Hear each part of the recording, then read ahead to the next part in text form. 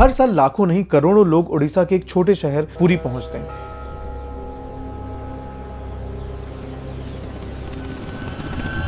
सिर्फ दर्शन के लिए नहीं, एक लकड़ी से बने रथ को खींचने के लिए। कहा जाता है कि अगर आपने भगवान जगन्नाथ का रथ एक बार खींच लिया तो आपको मोक्ष मिल जाएगा। मैं हर साल रथ यात्रा की वीडियोस देखता हूँ तो सिर्फ एक सवाल मेरे मन में आता है कि आखिर क्या है जगन्नाथपुरी में जो हर साल करोड़ों लोग यहाँ खींचे चले आते हैं।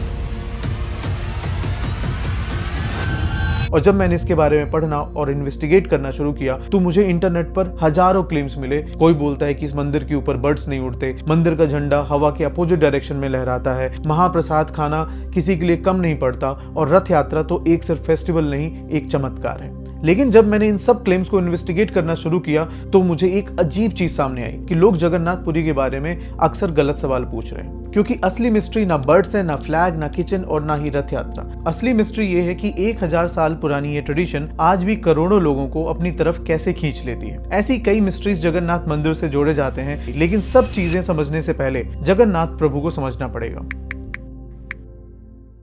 ज्यादातर लोगों को लगता है कि जगन्नाथ प्रभु का जो कहानी है शायद इसी मंदिर से शुरू होती है, लेकिन हिस्ट्री कुछ और है। जगन्नाथ की कहानी ना इस टेंपल से शुरू होती है, ना रथ यात्रा से और इंटरेस्टिंगली ना ही कृष्ण जी से। हिस्ट्री और टेंपल ट्रेडिशंस दोनों एक नाम की तरफ इशारा करते हैं, नीलमाधव। ये नाम आज बहुत कम लोग जानते हैं। रिसर्चर्स का मानना है कि ओडिशा के जंगलों में रहने वाली जो सबर ट्राइब एक लकड़ी की डेटी को पूजा करते थे। कई हिस्टोरियंस स्पेशली जो ओडिशा के रिलीजियस हिस्ट्री पर काम करने वाले स्कॉलर्स हैं, वो भी ये सजेस्ट करते हैं कि जगन्नाथ ट्रेडिशन की रूट्स इसी ट्राइबल वर्शिप में मिल जाती हैं। इसका मतलब ये नहीं है कि जगन्नाथ प्रभु उस वक्त के नीलमाधव थे या एग्जैक्टली सेम थे, बल्कि जगन्नाथ एक दिन में नहीं बने, वो धीरे धीरे इवॉल्व हुए हैं। और शायद इसीलिए जगन्नाथ भगवान भारत के किसी भी दूसरे कृष्ण जैसे नहीं दिखते। ना बांसुरी, ना मोर पंख, ना वैसे हाथ पैर, सब कुछ अलग है और सबसे अलग लकड़ी का शरीर। ये भी बहुत इंटरेस्टिंग बात है कि भारत के ज्यादातर बड़े मंदिरों में मूर्तियां पत्थर या धातु की होती हैं, लेकिन जगन्नाथ प्रभु की मूर्ति लकड़ी की है। और ये कोई एस्थेटिक लग रहा है वाला कारण नहीं है। कई स्कॉलर्स का मानना है कि वुडन डेटी ट्रेडिशन भी शायद ट्राइबल इन्फ्लुएंस का हिस्सा हो सकता है। कुछ लोग कुछ कहानी का भी जिक्र करेंगे, लेकिन अगर सिर्फ हिस्टोरियंस की बात मानो तो जगन्नाथ प्रभु का रूप सिर्फ वैष्णव फिलॉसफी का रिजल्ट नहीं, बल्कि ओडिशा के लोकल कल्चर, ट्राइबल बिलीफ्स और हिंदू ट्रेडिशंस का एक यूनिक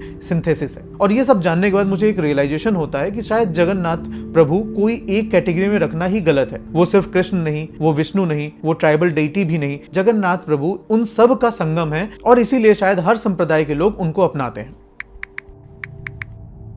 जितना मैंने जगन्नाथ प्रभु को समझने की कोशिश करी, उतना ही मुझे एक और मिस्ट्री बार बार नजर आती है कि जगन्नाथ की मूर्ति के अंदर भगवान कृष्ण का दिल रखा हुआ है। कुछ लोग इसे ब्रह्म पदार्थ कहते हैं, कुछ लोग न्यूक्लियर ऑब्जेक्ट और कुछ लोग कुछ रेडियो एक्टिव मटेरियल। लेकिन सच क्या है? देखो, एक रिचुअल होता है नभ कलेबर। ये हर साल नहीं होता, सिर्फ तब होता है जब एक स्पेसिफिक लूनर साइकिल आती है और इसी रिचुअल में भगवान जगन्नाथ की पुरानी मूर्ति को बदल दिया जाता है। देखो, इंटरेस्टिंग बात यह है कि मूर्ति बदल जाती है, लेकिन एक ऑब्जेक्ट या कुछ पदार्थ पुरानी मूर्ति से नई मूर्ति में ट्रांसफर किया जाता है। आम जनता इसको ब्रह्म पदार्थ नाम से जानती है, लेकिन एग्जैक्टली है क्या, इसका जवाब आज तक किसी के पास नहीं है। इसी रिचुअल के दौरान टेंपल को कंप्लीटली सिक्योर कर दिया जाता है, पूरे शहर की लाइट्स बंद कर दी जाती हैं और सिर्फ कुछ सिलेक्टेड सेवायत को ही अंदर जाने का मौका होता है। और इस सीक्रेसी ने इंटरनेट को अपनी एक कहानियां बनाने का मौका दे दिया है कि वो कृष्ण जी का हार्ट है, divine energy, radio active object, ancient technology है। हर थ्योरी पहले वाले से ज्यादा सेंसेशनल। इस मिस्ट्री को समझने के लिए मैंने हिस्टोरियन और आर्कियोलॉजिस्ट सूर्या सारथी रॉय सर से बात करी और इसके अराउंड एक पूरा पॉडकास्ट भी आप देख सकते हो, लिंक डिस्क्रिप्शन में मिल जाएगा। उन्होंने एक बहुत सिंपल सी बात कही कि वो उस सेवायत से भी मिले हैं जिन्होंने ब्रह्म पदार्थ को छुआ है, जिन्होंने बदला है। वो न्यूक्लियर या रेडियो एक्टिव मटेरियल नहीं है, बट इसके आगे वो कुछ और नहीं बताते क्योंकि सब कुछ सीक्रेट है। यानी हम इतना जरूर जानते हैं एक सीक्रेट ट्रांसफर होता है, लेकिन ट्रांसफर में क्या होता है वो आज भी टेंपल के सबसे प्रोटेक्टेड ट्रेडिशंस में से एक है। और तब मुझे रियलाइज हुआ कि जगन्नाथ प्रभु को समझने के लिए मूर्ति को देखना काफी नहीं है, उनके लिविंग ट्रेडिशन को समझने की जरूरत है। दुनिया के लगभग हर बड़े मंदिर में भक्त भगवान के पास जाते हैं, लेकिन जगन्नाथ दुनिया के एकलौता मंदिर है जहां भगवान हर साल खुद अपने भक्तों के पास आते हैं। और शायद इसीलिए रथ यात्रा सिर्फ एक फेस्टिवल नहीं है, ये जगन्नाथ की फिलॉसफी है। तो होता क्या है कि हर साल भगवान जगन्नाथ बालभद्र और देवी सुभद्रा तीनों अलग अलग रथ पर मंदिर से बाहर निकलते हैं। और सबसे इंटरेस्टिंग बात, ये रथ हर साल नए बनाए जाते हैं, पुराने रथ दोबारा यूज नहीं करते। कहते हैं रथ खींचना एक सिर्फ रिचुअल नहीं, एक सेवा है, एक कनेक्शन है, और इसलिए हर साल करोड़ों लोग सिर्फ ये देखने नहीं आते, वो इस जर्नी का हिस्सा बनना चाहते हैं और इसलिए आते हैं। और फिर आता है मेरा सबसे फेवरेट मोमेंट, छेरा पहरना। अब मैं अगर गलत प्रोनाउंस कर रहा हूं तो आप बताना। उड़ीसा के जो गजपति महाराज हैं, जो पुरी शहर के राजा होते हैं, वो सोने की झाड़ू लेकर के भगवान की रथ के सामने सड़क साफ करते हैं। सोचिए, एक राजा भगवान के सामने झाड़ू लगा रहा है। ये मैसेज बहुत क्लियर है कि भगवान के सामने ना राजा बड़ा है ना आम आदमी। और शायद इसीलिए सभी लोग इस रथ यात्रा को इतना सेलिब्रेट करते हैं, क्योंकि सब सिर्फ सेवक हैं। और इससे समझोगे कि जगन्नाथ प्रभु सिर्फ मंदिर के भगवान नहीं है, वो लोगों के भी भगवान है। और शायद इसीलिए हर साल करोड़ों लोग उन्हें देखने नहीं, उनके साथ चलने आते हैं। लेकिन एक चीज सोच के देखो कि अगर ये ट्रेडिशन इतनी पुरानी है तो इतने हमलों और इतनी जो उथल पुथल के बाद भी आज तक ये ट्रेडिशन जिंदा कैसे है? और इसी सवाल का जवाब, और एक्चुअल में जगन्नाथ प्रभु की सबसे बड़ी मिस्ट्री यही होनी चाहिए थी, जो सबको पता हो। इस टेंपल पर कई बार हमले हुए। हिस्टोरियंस के अकॉर्डिंग जगन्नाथ टेंपल की अपनी हिस्ट्री में लगभग 18 मेजर अटैक्स हुए, और सबसे ज्यादा नुकसान किया ही है काला पहाड़। टेंपल ट्रेडिशंस और हिस्टोरिकल रिकॉर्ड्स बताते हैं कि जब अटैक हुआ तो जो सेवायत थे भगवान जगन्नाथ की मूर्तियों को लेकर के मंदिर से बाहर निकल गए। कभी जंगलों में, कभी गांव में, कभी सीक्रेट लोकेशंस पर मूर्तियां विस्थापित हुई, लेकिन ट्रेडिशन आज तक नहीं गया। और शायद यही जगन्नाथ की सबसे बड़ी स्ट्रेंथ है। जगन्नाथ कभी सिर्फ मंदिर में नहीं रहते हैं, वो अपने लोगों के साथ रहते हैं। और जब तुम ये रियलाइज करोगे कि हिस्ट्री में बहुत सारे मंदिर टूट गए, बहुत सारे राज्य खत्म हो गए, लेकिन जगन्नाथ कभी खत्म नहीं हुए, क्योंकि लोग सिर्फ मंदिर नहीं बचा रहे थे, वो एक परंपरा को बचाते हुए आ रहे थे।